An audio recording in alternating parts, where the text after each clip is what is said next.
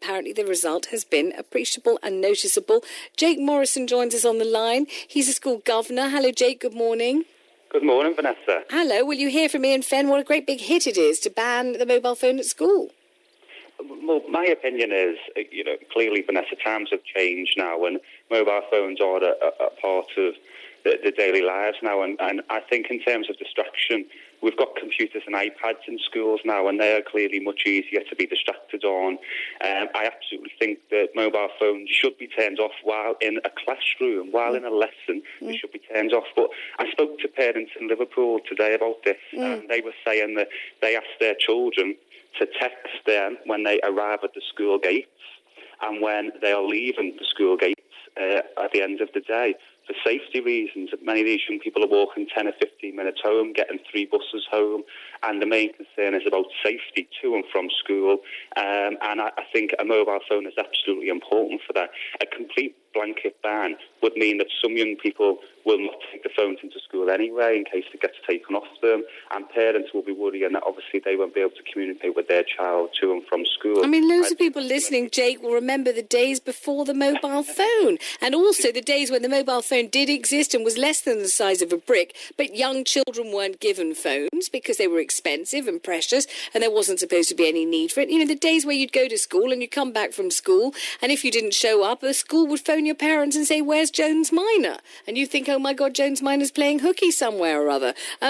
This idea that you need to text your parents when you arrive at the school gates and when you come out of the school gates is utterly ridiculous hover parenting, isn't it? You need to tote your phone around the whole day in school so you can tell your parents you've arrived and you're leaving.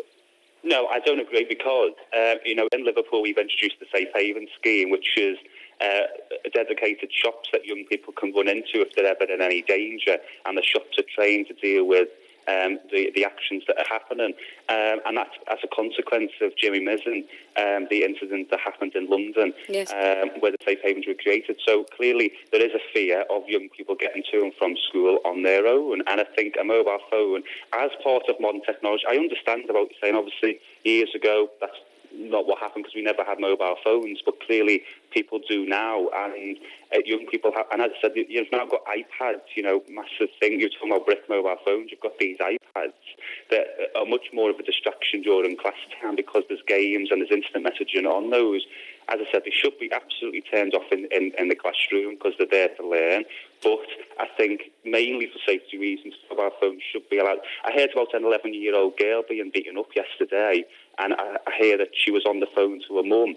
So her mum travelled down and found her. And, I think these are just some of the stories that we hear about how a mobile phone obviously helps in some of these situations. So it sounds as if you're saying that a mobile phone is essential for modern school life. You can't actually get through a day at school without it. It's a prerequisite, just like a pencil and a satchel and a lunchbox and a uniform. No, it's not funny. You're saying that you don't think it's possible to survive a day at school and the journey to and from school without a mobile phone.